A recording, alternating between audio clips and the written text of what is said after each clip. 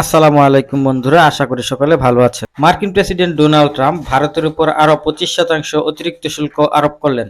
এখন ভারতের মোট শুল্কের শতাংশ হচ্ছে 50%। প্রেসিডেন্ট ডোনাল্ড ট্রাম্প বুধবার ভারত থেকে আমদানিকৃত পণ্যের উপর অতিরিক্ত 25% শুল্ক আরোপ করেছেন।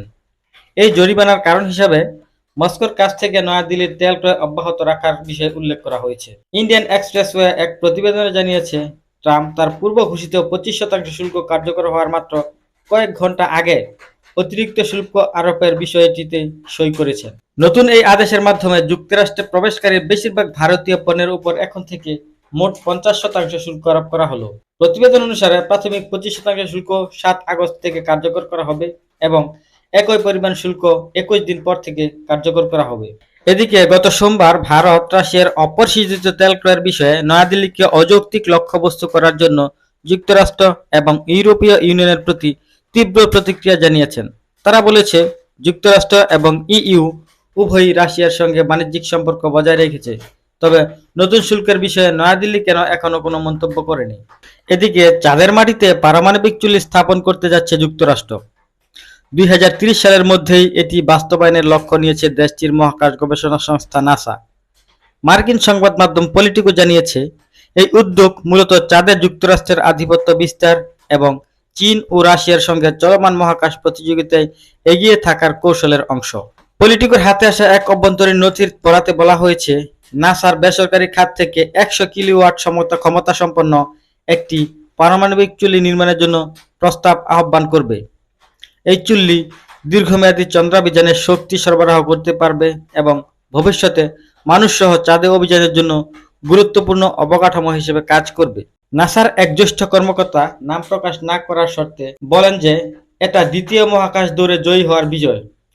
সূত্র জানায়, সংস্থাটিকে 7 দিনের মধ্যে একটি প্রকল্পের নেতৃত্ব নির্বাচন এবং সংশ্লিষ্ট শিল্প খাতের সঙ্গে আলোচনা শুরু করার জন্য নির্দেশনা দেওয়া হয়েছে। 2030 সালের মধ্যেই এই চুল্লি চালু করাই চূড়ান্ত লক্ষ্য হিসেবে গণ্য করা হচ্ছে। ভারতের প্রধানমন্ত্রী নরেন্দ্র মোদী 7 বছরেরও বেশি সময় পর প্রথমবারের মতো চীন সফর করবেন। বুধবার একটি সরকারি সূত্র রয়টার্সকে একথা জানিয়েছেন। এটি যুক্তরাষ্ট্রের সঙ্গে উত্তেজনা বৃদ্ধির প্রেক্ষাপটে বেইজিংয়ের সঙ্গে সম্পর্ক স্বাভাবিক করার দিকে বড় পদক্ষেপের ইঙ্গিত দেয়। বিষয়টি সম্পর্কে সরাসরি অবগত একটি সরকারি সূত্র রয়টার্সকে জানিয়েছে, মোদী 31 আগস্ট থেকে শুরু হতে যাওয়া বহুপাক্ষিক সাংহাই সহযোগিতা সংস্থার শীর্ষ সম্মেলনে যোগ দিতে চীনে যাবেন। ভারতের পররাষ্ট্র মন্ত্রণালয় তাৎক্ষণিকভাবে রয়টার্সের মন্তব্যের অনুরোধের জবাব দেয়নি। মার্কিন প্রেসিডেন্ট ডোনাল্ড ট্রাম্প ভারত থেকে আমদানি করা পণ্যের উপর এশিয়ান মিত্রদের মধ্যে সর্বোচ্চ শুল্ক আরোপের পর মোদির এই সফর আসছে। সেই সঙ্গে নয়াদিল্লিকে রাশিয়ান তেল কেনার জন্য অনির্দিষ্ট আরও শাস্তির হুমকি দেওয়া হয়েছে। অক্টোবরে রাশিয়ায় অনুষ্ঠিত ব্রিক্স শীর্ষ সম্মেলনের ফাঁকে মোদি এবং চীনের রাষ্ট্রপতি শি জিনপিং এর আলোচনা হয়েছিল, যার ফলে পরিস্থিতি কিছুটা শান্ত হয়।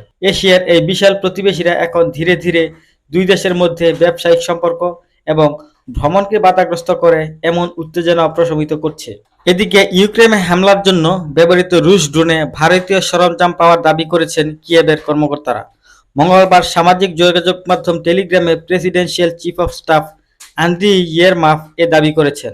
তার মতে, যুদ্ধের ময়দান এবং বেসামরিক নাগরিকদের উপর পরিচালিত হামলায় ব্যবহৃত ড্রোনে ভারতীয় সরঞ্জামের অস্তিত্ব পাওয়া গেছে, তবে বার্তা সংস্থা রয়টার্স নিরপেক্ষ সূত্রে এ দাবি যাচাই করতে পারেনি। ভারতীয় পত্রিকা হিন্দুস্তান টাইমস জানায়, তাদের পর্যালোচনা করা নথি অনুসারে গত বছর থেকে একাধিক মনুষ্যবিহীন কমব্যাট ড্রোনে ভারতে তৈরি যন্ত্রাংশ পাওয়া গেছে। এরপর ইউক্রেনের পক্ষ থেকে অন্তত 2 বার ভারতের পররাষ্ট্র মন্ত্রণালয়কে আনুষ্ঠানিকভাবে কূটনৈতিক স্তরে চিঠি পাঠানো হয়েছে। ইউক্রেনের দাবি, ভারতের বিষয় ইন্টার টেকনোলজি এবং অরা সেমিকন্ডাক্টর নামের 2 সংস্থার তৈরি যন্ত্রাংশ ব্যবহার করা হচ্ছে রাশিয়ার ড্রোনে। দাবি করা হচ্ছে, রাশিয়ার ইরানি নকশার শাহেদ 136 ড্রোনের ভোল্টেজ রেগুলেটর ইউনিয়নে এই সমস্ত যন্ত্রাংশ পাওয়া গেছে।